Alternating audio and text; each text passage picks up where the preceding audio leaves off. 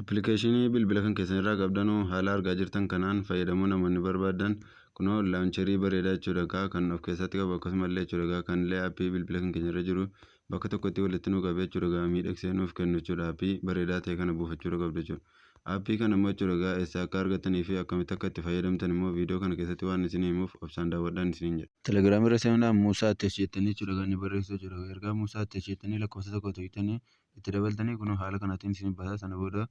okkee nu gootu sana booda jechuudha kunoo haala kana irra seentanii tuqa. Ergaa aappii kana buufattanii kunoo jechuudha gara gadii kanatti mallattoo raayitii kana yeroo tokko ni filatte jechuudha haala kanaatiin yeroo irra seentan sana booda iskaan yookaan atomaatikaal godhee jechuudha gara peejii kanatti isin dabarsaa jechuudha kunoo haala kanaatiin isin dabarsaa xiqqoo dhumis ammas gara harka mirgaatti gochuudhaan ammas aappii kana irra ni seentu sana booda kan nurraa eegamu jechuudha laawunchar istaayil kan jedhu kana yeroo tokkoof ni filannaa jechuudha. Sana booda ammas gara gadiitti kan argamu